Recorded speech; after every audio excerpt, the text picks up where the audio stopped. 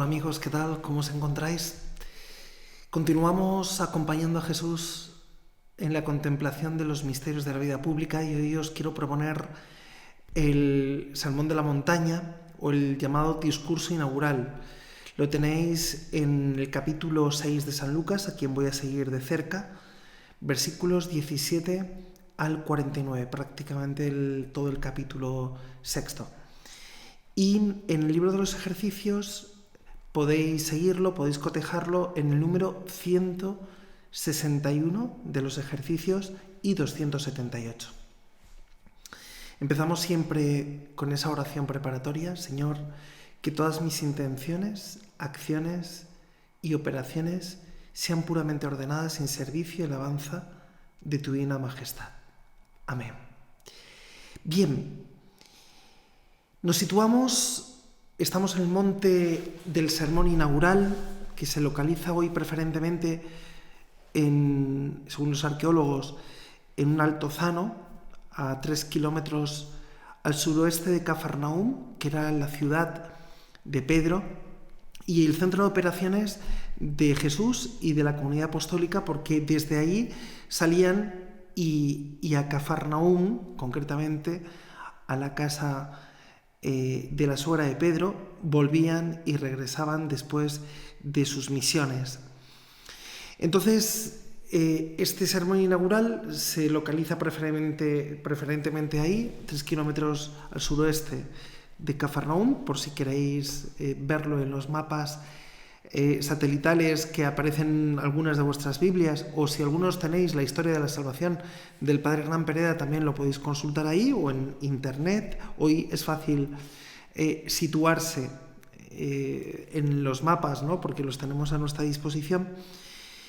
Y en ese altozano, al suroeste de Cafarnaúm, se repliega sobre el lago, en Ain el Tabigá, lo que se llamaba en la antigüedad el Heptapegón, o manantial de las 7 fuentes.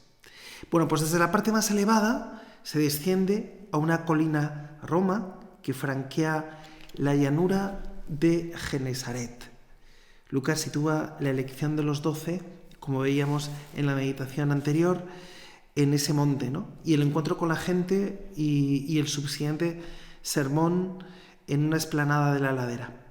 Pues nos lo podemos imaginar así, como queráis, ¿no? Los que sois de Argentina, pues ese verde de Entre Ríos, por ejemplo, ¿no? O esas montañas del Perito Moreno, ¿no? Los que sois del Uruguay os podéis ir hasta Punta del Este. Los que sois de Colombia os podéis subir a Monserrate. En fin, los que sois de aquí, de España, pues podéis imaginar un paisaje propio asturiano, cántabro, ¿no? O pirenaico. En fin, echa la imaginación. Y ahí Jesús pasa la noche en oración. Es como podríamos llamarlo, el exordio de un acontecimiento muy importante y muy relevante en la vida de Jesús, que es precisamente esta elección de los 12 que veíamos el otro día, ¿no? Citados por sus nombres. Entonces el Mesías, Jesús, quiere reunir sobre la roca de los apóstoles a todo Israel y a todos los humildes dispuestos a acoger con gozo desbordante la misericordia de Dios. San Lucas se le llama el evangelista de la misericordia, precisamente porque la misericordia de Dios es como un eje vertebrador y un eje central de su evangelio. Un Dios que está presente en un reino, el reino de Cristo, que es un reino inaugurado ya por su anuncio, y su anuncio es realización. Es decir, Dios realiza lo que anuncia, no lo olvidemos nunca. Por eso, cuando uno escucha el anuncio, cuando uno escucha el evangelio, yo sé que ese evangelio se está cumpliendo en mi vida, aunque no se me haga evidente, pero yo sé que ese anuncio ya se está realizando en mi vida. Y por eso escuchar la palabra de Dios es fuente de esperanza. Y por eso participar de la liturgia es fuente de esperanza, porque Dios no solamente nos habla, sino que realiza aquello que promete. Entonces, como un nuevo Moisés, así es Jesús. La montaña nos habla de Moisés, de la nueva ley. Pues Jesús, como un nuevo Moisés, desciende del monte y saliendo al encuentro del pueblo más necesitado. Todo esto si te ayuda precisamente a hacer tu composición viendo el lugar. Un pueblo venido de todos los ángulos. Entonces nos dice San Lucas que les cura de sus enfermedades. Lucas, médico y historiador. Un pueblo que justamente con el círculo más cercano de los 12 y el más amplio de sus discípulos les va a contagiar la alegría de la victoria definitiva de la misericordia de Dios. Un pueblo desgastado, un pueblo desanimado. Fijaos que la última revuelta macabea se había producido 150 años aproximadamente de esto que estamos contemplando y que se había sofocado con mucha sangre. Y el pueblo estaba instalado en una especie como de desánimo colectivo, de desesperanza. Ya no esperaba a nadie más, ¿no? Y en este momento Jesús aparece, ¿no? Y Jesús aparece como el Mesías para contagiar esa alegría propia de quien vence definitivamente, pero vence a través de la misericordia. Y la nueva ley, que los santos padres han visto en ella al Espíritu Santo, ya no es la vieja ley, ya no es la ley de Moisés, sino que es la nueva ley, la del Espíritu Santo, no porque anule la de Moisés, sino que la lleva a cumplimiento, un amor sin fronteras y un cumplimiento auténtico que brota de un corazón misericordioso. Bien, esto como una ambientación que nos puede ayudar a ir entrando en ese clima contemplativo, en ese clima de la escena. No olvidemos nunca de pedir conocimiento interno de Jesús, que por mí se ha hecho hombre para que más le ame y le siga. O uno podría también decir conocimiento interno de Jesús que por mí sana y anuncia la buena noticia, ¿no? También la fuerza, nos dice San Lucas, que sanaba a todos, ¿no? Bien, entonces, primer punto, Jesús, médico de los pobres. Nos dice San Lucas en el versículo 17, después de bajar con ellos, se paró en una llanura con un grupo grande de discípulos y una gran muchedumbre del pueblo, procedente de toda Judea, de Jerusalén y de la costa de Tiro y de Sidón. Venían a oírlo y a que los curara de sus enfermedades. Los atormentados por espíritus inmundos quedaban curados y toda la gente trataba de tocarlo porque salía de él una fuerza que los curaba a todos. Jesús, médico de los pobres. ¿Cuántos pobres de nuestros días, cuántos enfermos ahora del coronavirus, y no solamente del coronavirus, sino otros enfermos que llenan hospitales o que están en el lecho de su casa? ¿Cuántos necesitan que el médico de las almas les toque, ¿no? Su palabra, la palabra de Jesús es una palabra eficaz, cambia la vida, cura. La palabra de Jesús cura, sana en profundidad, realiza lo que anuncia. Entonces en la contemplación, si tu corazón está enfermo, si tu corazón en este momento está triste, está enfermo, tócale porque salía de él una fuerza que sanaba a todos. Tocarle a Jesús. ¿Cuánta gente hoy desea poder comulgar? ¿Cuánta gente hoy desea recibir la absolución por sus pecados y no puede, ¿no? ¿Cuánta gente desearía tocar, ¿no? a Jesús? Bueno, pues tócale espiritualmente. Ya solamente el poder desear tocarle es fuente, ¿no? O es ocasión para que el Señor te sane en profundidad. Entonces quédate en ese primer punto y contempla, y demórate contemplativamente, y dice San Ignacio, saca provecho. Segundo punto, nos dice San Lucas, en los versículos 20-23, anunciaba el reino de Dios, anunciaba la buena noticia a los pobres. Él, levantando los ojos hacia sus discípulos, les decía, bienaventurados los pobres, porque vuestro es el reino de Dios. Bienaventurados los que ahora tenéis hambre, porque quedaréis saciados. Bienaventurados los que ahora lloráis, porque reiréis. Bienaventurados vosotros, cuando os odien los hombres y os excluyan, y os insulten y proscriban vuestro nombre como infame, por causa del Hijo del Hombre. Alegraos ese día y saltad de gozo, porque vuestra recompensa será grande en el cielo. Eso es lo que hacían vuestros padres con los profetas. Esa mirada a aquellos indigentes llenos de ternura. El reino de Dios pertenece a los pobres, dichosos, dice el Señor, ¿no? La misericordia de Dios, su poder, su victoria, su consuelo, están de su parte, dichosos, ¿no? Deja cualquier victimismo, cualquier lamentación. En estos días solamente en la televisión pues escuchamos a veces pues pena, dolor, fracasos. No, repítete una y mil veces, dichoso, dichoso. El gozo definitivo pertenece a los desgraciados de la tierra, que esperan el consuelo de Dios. Si os vais al Deutero Isaías, a partir del capítulo 53 del profeta Isaías, veis, ¿no?, cómo late ese consuelo de Dios en el alma del pueblo, ¿no? Y todos los que por Cristo y con Él echan su suerte con los pobres y perseguidos. Pues considérate tú también invitado, invitada a estar cerca de Jesús, junto a la muchedumbre. Métete ahí entre la muchedumbre, ¿no?, y junto a sus discípulos. Consciente de que ser discípulo de Jesús es primeramente escuchar su palabra, su enseñanza. Ahí empieza el discipulado. Y escucha con toda atención cada palabra, cada frase que va diciendo, ¿no? Identifica a Jesús con sus palabras y cae en la cuenta de cómo ese mensaje es un precioso resumen de su vida. Algunos lo llaman la autobiografía de Jesús. Las bienaventuranzas es como el retrato a través del cual Jesús escribe su propia autobiografía, ¿no? En él se da una total coherencia entre lo que dice y lo que hace, lo que es. Entre lo que dice, lo que hace y lo que es. Entonces saborea cada una de las bienaventuranzas. Están dirigidas a ti. Están dirigidas a ti, cada una de ellas. Y cae en la cuenta de ese aparente contrasentido. Son paradójicas en su propia formulación, ¿no? ¿A quiénes y qué actitudes son fuente de felicidad?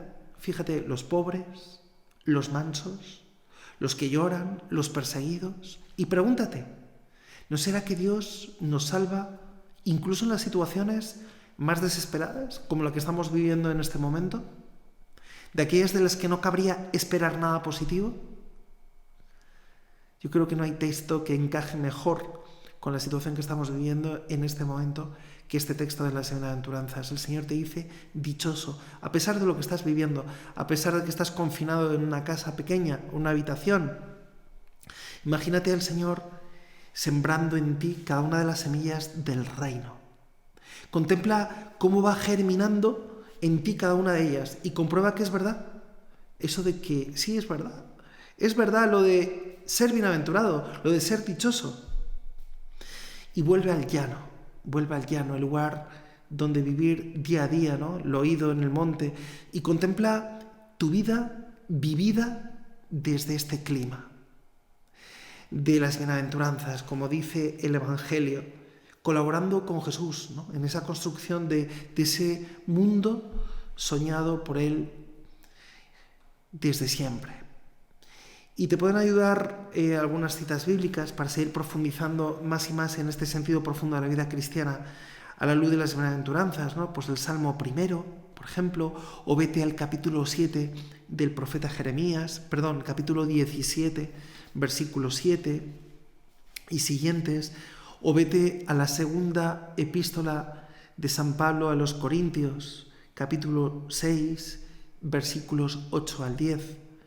O de esa misma epístola, segunda de Corintios, capítulo 4, versículos 8 al 10. Bien, y puedes continuar contemplando a Jesús a través de ese capítulo 6 de San Lucas. Jesús, en un momento dado, culmina a los ricos, concretamente en el versículo 24 de este capítulo 6. Pero hay de vosotros los ricos, porque ya habéis recibido vuestro consuelo. Hay de vosotros los que estáis saciados, porque tendréis hambre. Hay de los que ahora reís, porque haréis duelo y lloraréis. Hay si todo el mundo habla bien de vosotros, eso es lo que vuestros padres hacían con los falsos profetas. Bien, es esa culminación urgente, y yo me atrevería a decir sin paliativos. Jesús, cuando habla claro, habla claro. Bueno, cuando habla claro, habla siempre claro, ¿no? Pero cuando Jesús quiere decir embiste de esta manera a los fariseos o a aquellos que viven en una longitud de onda completamente diferente a la del Señor es tremendamente diáfano, ¿no? Y directo, sin paliativos, pero también por amor. No lo olvidemos que hay una corrección fraterna. Se puede llevar adelante una corrección, una culminación urgente y sin paliativos, pero por amor. ¿Por qué? Porque lo que se juegan es terrible, no lo olvidemos. Henchidos de autocomplacencia, si no se convierten, van a quedar definitivamente fuera de la complacencia de Dios. O sea, mira cuál es el terrible riesgo, ¿no? La verdadera trampa. No frivolices y no frivolicemos en nuestra vida. El Señor lo dice muy claro: hay de vosotros los ricos, porque ya habéis recibido vuestro consuelo. Hay de vosotros los que estáis saciados, porque tendréis hambre. Y continuamos adelante, ¿no? En un cuarto punto, tú te puedes quedar en uno de los cuatro, ¿no? Yo soy como un camarero que te sirve un montón de menús. No te los comas todos porque te vas a empachar. Tú escoge uno o escoge otro, ¿no? Pero no te quieras tragar todos, ¿no? O haz sendas repeticiones. Aquí no pasa nada si llegas el día de Pentecostés y estás todavía en el principio y fundamento, sino que lo importante, te lo recuerdo, o nos lo recuerda San Ignacio, es que no el mucho saber harta y satisface el ánima, sino el saborear y gustar de las cosas internamente. Bueno, pues en este cuarto punto Jesús exhorta a vivir la nueva ley, imitar la misericordia del Padre, en los versículos 27 al 38. En cambio a vosotros, los que me escucháis os digo: amad a vuestros enemigos, haced el bien a los que os odian, bendecid a los que os maldicen, orad por los que os calumnian, al que te pegue en una mejilla, preséntale la otra, al que te quite la capa, no le impidas que tome también la túnica. Es decir, Jesús exhorta a vivir esa nueva ley, a imitar la misericordia del Padre. El Padre es así: sed misericordiosos como vuestro Padre Celestial es misericordioso. Amad a los enemigos, haced lo que queréis que os hagan, vivid como quien se despoja libremente de sus derechos. Esto lo dice el Señor. Haced el bien y prestad sin esperar nada a cambio. Usad con los demás una medida rebosante. Cualquiera de estas palabras, y diría San Ignacio, reflectir, dejarte alcanzar por ellas, dejarte iluminar, dejarte interpelar en lo más profundo de tu ser. Y el quinto punto, la medida de la autenticidad, la práctica de un buen corazón. Son los últimos versículos del 39 al 49. Y les dijo también una parábola: ¿acaso puede un ciego guiar a otro ciego? ¿No caerán los dos en el hoyo? ¿No está el discípulo sobre su maestro? Si bien cuando termine su aprendizaje será como su maestro. ¿Por qué te fijas en la mota que tiene tu hermano en el ojo y no reparas en la viga que llevas en el tuyo? Bien, qué importante es la medida de la autenticidad. Y aquí el Señor, a través de 5 parábolas sobre la autenticidad, la medida, nos habla de la sin medida de la misericordia. Nos habla de una pedagogía basada en la autenticidad. Nos habla de superar la hipocresía, de creerme mejor que otros. Nos habla de que solamente de un buen corazón salen obras buenas, lo que el otro día hablábamos de ordenarse en el hablar, ¿recordáis? Y cómo el fundamento, hacer, obrar, practicar la misericordia, ¿no? Es vital para la vida del cristiano. El reclamo religioso sin las obras de amor que Dios quiere, de nada vale, de nada vale. Ya lo dirá San Ignacio más adelante. El amor hay que ponerlo más en las obras que en las palabras. Entonces es como la casa que se construye en la efímera estabilidad del Wadí, de esos valles de aluvión de Palestina, que arrastra la torrentera de la época de lluvias.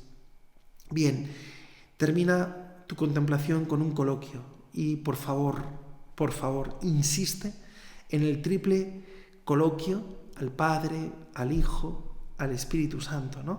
Es la maravillosa dicha de pertenecer al reino del Padre de la Misericordia. Además, no tiene alternativa. Lo apetecible, según el mundo, siempre es una trampa mortal. No lo olvides. Hasta otra.